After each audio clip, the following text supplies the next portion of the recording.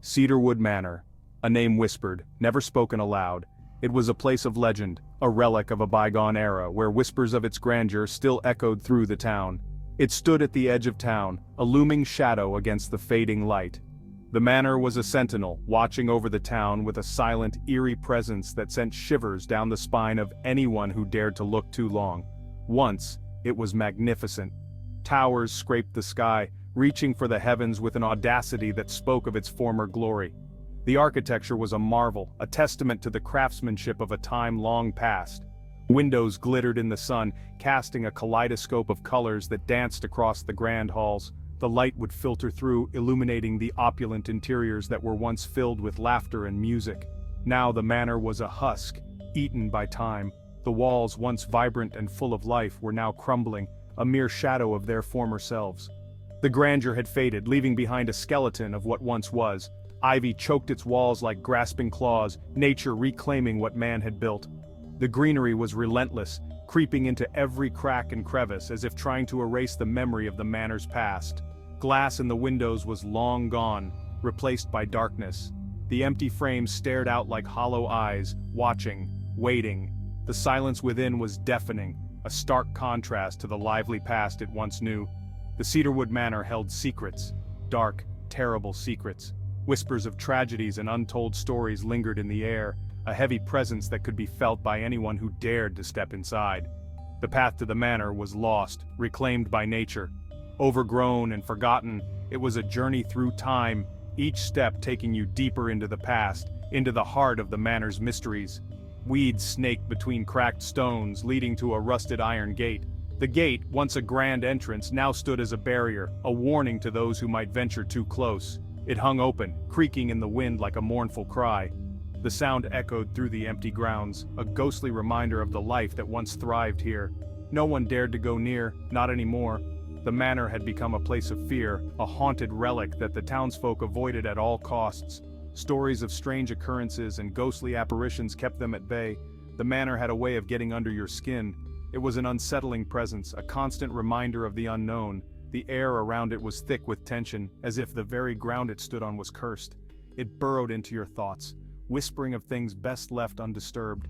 The shadows seemed to move, whispering secrets and tales of woe. It was a place where the past and present collided, a haunting reminder of the passage of time. Legends clung to Cedarwood Manor like the clinging vines. Stories whispered from generation to generation. Most prominently, the story of Lady Eleanor. They said she haunted the manor, her sorrow woven into the very fabric of the house. Some said they saw her. A fleeting glimpse of a woman in white, her face hidden behind a veil of sadness. Others heard her.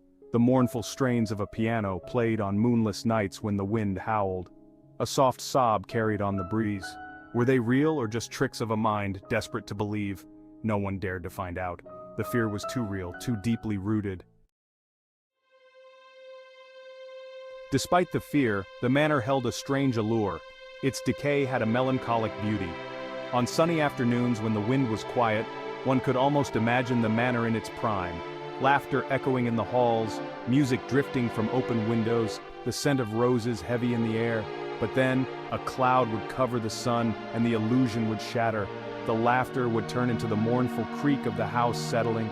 The music would become the sigh of the wind, the scent of roses, just damp earth and decay. And the fear would return, sharp and cold, a reminder that some things are best left undisturbed. The town held its breath, forever caught between fascination and fear. There were those who refused to even look at the manor, their eyes sliding away as if it would burn them. They crossed themselves, whispering prayers under their breath. They knew the stories, believed in the darkness that clung to the old house. Then, there were the curious ones, the ones who snuck glances when they thought no one was looking. They whispered amongst themselves, their voices hushed but filled with a thrill of excitement. They were drawn to the mystery of Cedarwood, to the possibility of glimpsing something beyond the veil of the known. One day a stranger came to town. He was tall and gaunt, with eyes that held a lifetime of stories. He asked about the manor, his voice low and respectful. The townsfolk were wary.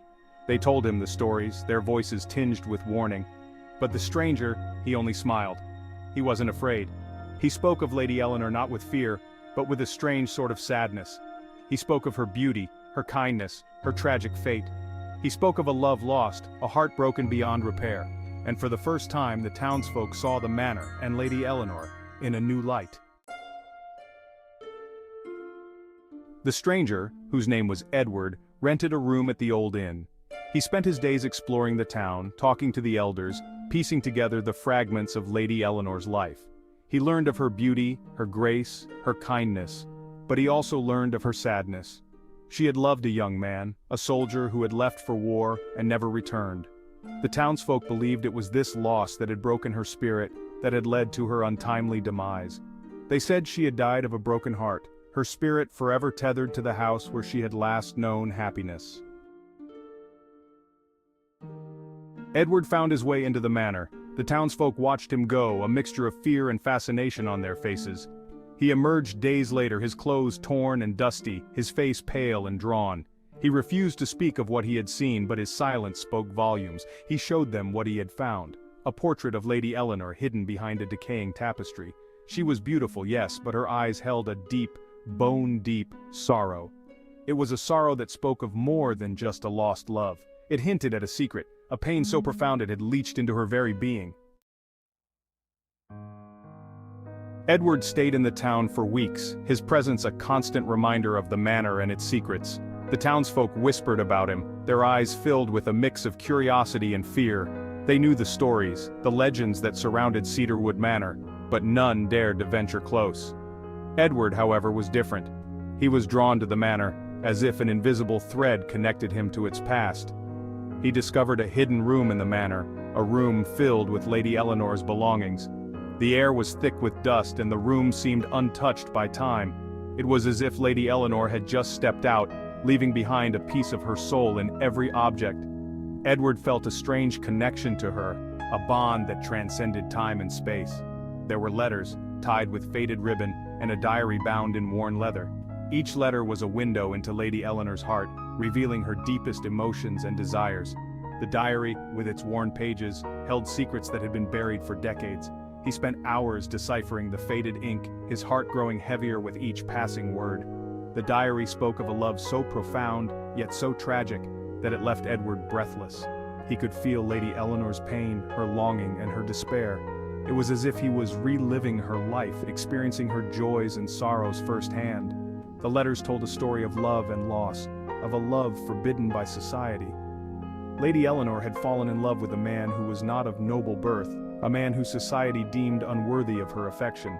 Their love was pure, but it was also doomed from the start. The soldier, it turned out, was not of noble birth. He was a commoner, a man who had captured Lady Eleanor's heart with his kindness and bravery. Their love was a beacon of hope in a world filled with darkness, but it was also a source of great pain. Their love was a secret, hidden from the world. They met in the shadows, stealing moments of happiness whenever they could. Each stolen kiss, each whispered promise, was a defiance against the society that sought to keep them apart. And when he died, Lady Eleanor was left alone, her heart shattered, her secret buried deep within the walls of Cedarwood Manor. She spent the rest of her days in solitude, her spirit lingering in the manor, waiting for the day when her story would be told. Edward, now the keeper of her secrets, felt a profound sense of duty.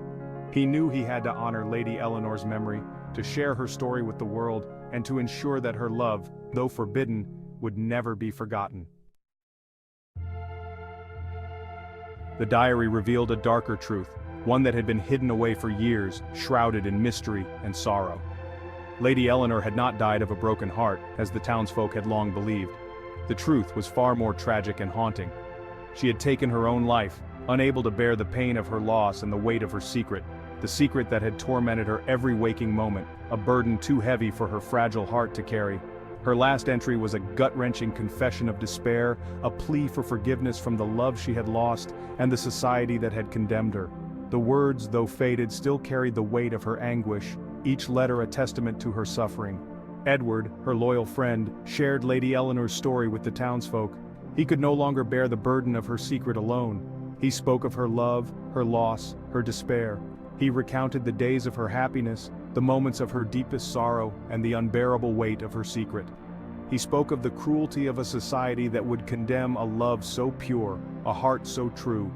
The townsfolk listened, their hearts heavy with the realization of their own complicity in her suffering. And as he spoke, a strange thing happened. The air seemed to change, the weight of years of silence and judgment lifting ever so slightly. The fear that had clung to the town for so long began to dissipate, replaced by a wave of empathy and sorrow. The townspeople, once so quick to judge, now found themselves united in their grief and their newfound understanding. They hugged and comforted each other, the walls of prejudice and fear crumbling away, leaving behind a community bound by compassion and the shared weight of their collective past.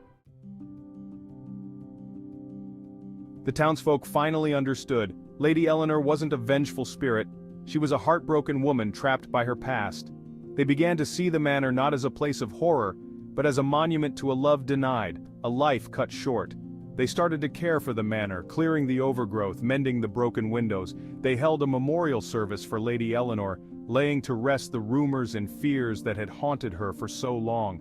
They spoke of her kindness, her beauty, her enduring love, and in the quiet stillness that followed, it felt as if a weight had been lifted from the town. Cedarwood Manor still stands at the edge of town. It is no longer a symbol of fear, but a place of quiet remembrance. The townsfolk care for it, keeping its memory alive. And sometimes when the moon is full and the wind whispers through the trees, they say you can still hear her. Not a mournful sob, but a soft melody filled with a bittersweet peace. The ghost of Lady Eleanor might still linger, but it is a presence no longer feared. It is a reminder that even in death, love can endure, and that even the most haunted of hearts can find peace.